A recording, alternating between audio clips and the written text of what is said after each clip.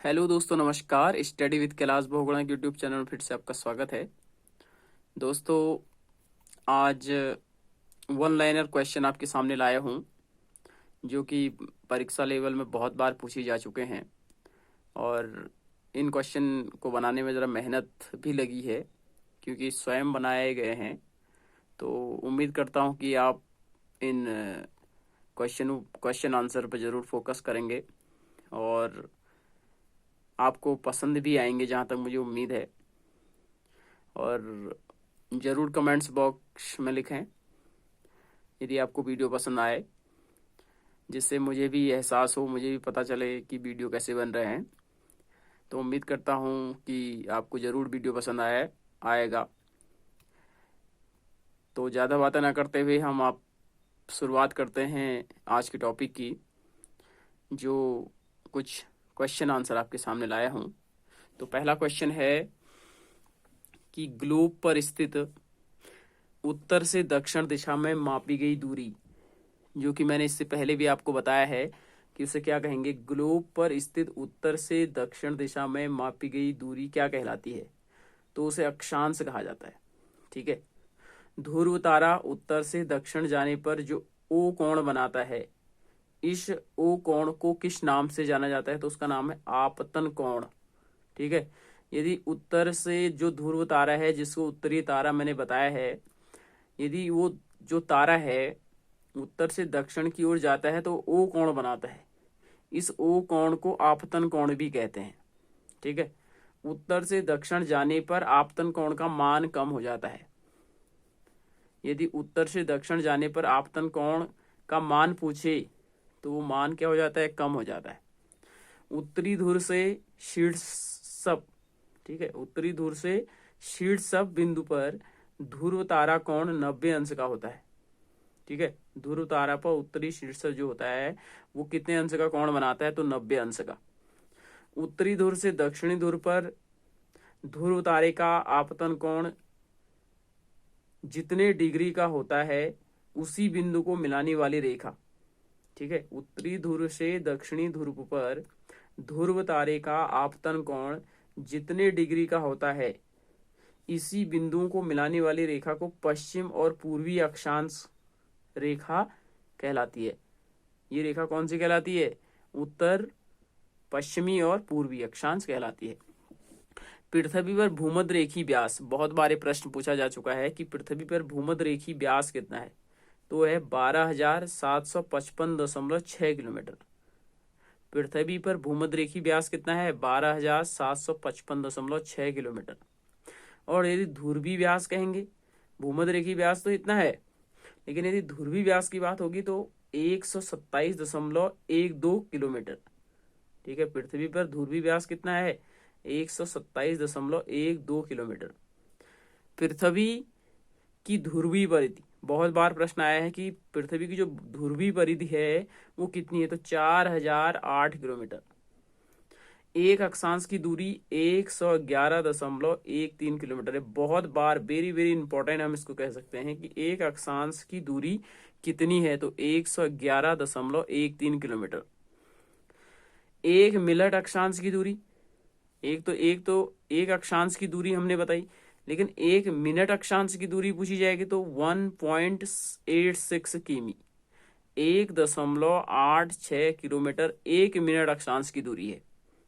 एक सेकंड अक्षांश की अक्षांशी दूरी पूछी जाएगी तो 0.031 किमी, या हम इसको कह सकते हैं 31 मीटर। शह अक्षांश 30 अंश का, शह अक्षांश यदि हम कहेंगे तो 90 में से 30 को घटा देंगे तो 60 अक्षांश माना जाएगा। ठीक है। जिस अक्षांश पर सूर्य लंबवत चमकता है उसी को तापी भूमध्य रेखा कहते हैं। जिस अक्षांश पर सूर्य लंबवत चमकता है उसी को तापी भूमध्य रेखा कहते हैं। सूर्य भूमध्य रेखा पर लंबवत चमकता है। ये प्रश्न मैंने एनसीईआरटी में कक्षा 6 जब सामाजिक विज्ञान पढ़ाया है, पृथ्वी हमारा आवास, वहां पर भी इसके बारे में चर्चा की गई है। सूर्य भूमध्य रेखा पर लंबवत चमकता है तो दो डेटें मैंने बताई हैं, एक 21 मार्च को और दूसरा 23 सितंबर को। ठीक है। तो इस पर जरूर ध्यान देना है। अब बात होती है कि सूर्य 23.5 उत्तर कर्क रेखा पर सीधा चमकता है।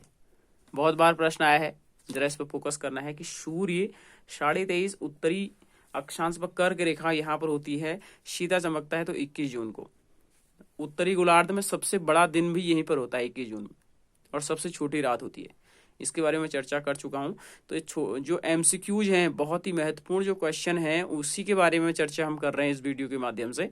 तो सूर्य 23.5 दक्षिण, जहां पर मकर रेखा पर लंबवत चमकता है, तो 22 दिसंबर, मतलब दक्षिणी गोलार्ध का सबसे बड़ा दिन 22 दिसंबर, सबसे छोटी रात 22 दिसंबर। ठीक है। कर्क संक्रांति या ग्रीष्म संक्रांति, ये प्रश्न है कि कर्क संक्रांति या ग्रीष्म संक्रांति किस डेट को हुई है, तो 21 जून। ठीक है। मकर संक्रांति या शीत संक्रांति किसे कहेंगे, तो 22 दिसंबर। ये ऊपर हमने अभी चर्चा की है, तो अलग अलग नाम है इनके। ठीक है। तो इस पे कंफ्यूज नहीं होना है कि ये क्या है। तो कर्क संक्रांति या ग्रीष्म संक्रांति 21 जून, और मकर संक्रांति या शीत संक्रांति तो 22 दिसंबर। ठीक है। नॉर्वे में 24 घंटे का दिन होता है, जिसे मध्य रात्रि का सूर्य कहते हैं। मतलब 24 घंटे का दिन होने के कारण मध्य रात्रि का सूर्य किसे कहते हैं, मिस नॉर्वे को कहते हैं ना। तो ये 21 जून को ही ये घटना घटित होती है। नॉर्वे में 24 घंटे का दिन होता है, जिसे मध्य रात्रि का सूर्य कहते हैं। ये 21 जून की घटना है। और 23 सितंबर से 21 मार्च तक उत्तरी ध्रुव पर होगा दिन।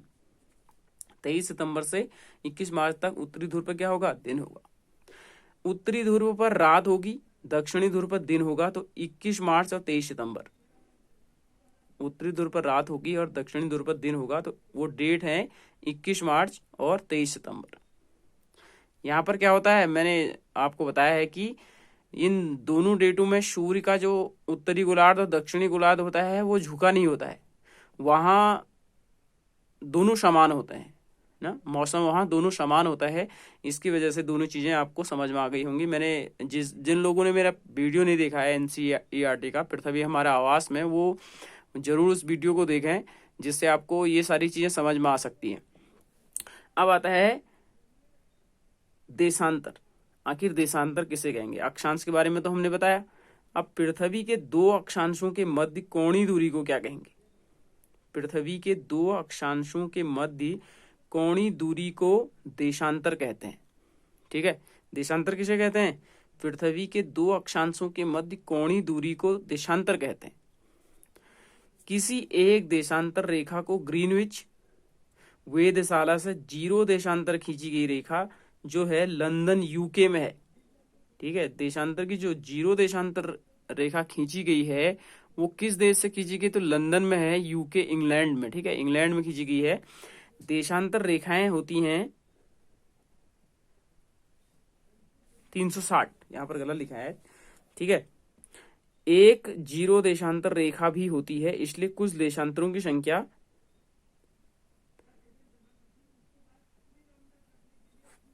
360। ठीक है।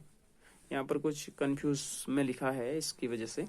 देशांतर के मध्य दूरी कैसे नापेंगे। यदि आपसे प्रश्न आ जाए कि देशांतर के मध्य दूरी कैसे नापेंगे, तो भूमध्य रेखा की लंबाई है 40,076 किमी। ठीक है। भूमध्य रेखा की लंबाई कितनी है, 40,076 किमी। तो एक देशांतर तो 40,076 बटे 360, तो 111.3 किलोमीटर। मतलब एक देशांतर की लंबाई कितनी हो जाएगी, 111.3 किलोमीटर। ठीक है। सूर्योदय के पूर्व तथा पश्चात सूर्य किरणों द्वारा बुध विसरित होती है, डिलाइट। जब सूर्य के पूर्व तथा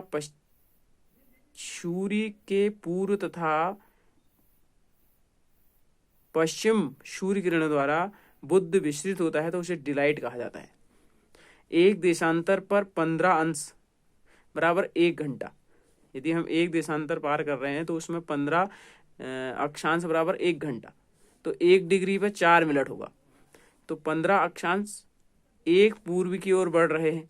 यदि हम पूर्व की ओर जा रहे हैं देशांतरों में, तो वो बढ़ रहा है। ठीक है। तो समय 1 घंटा बढ़ जाएगा।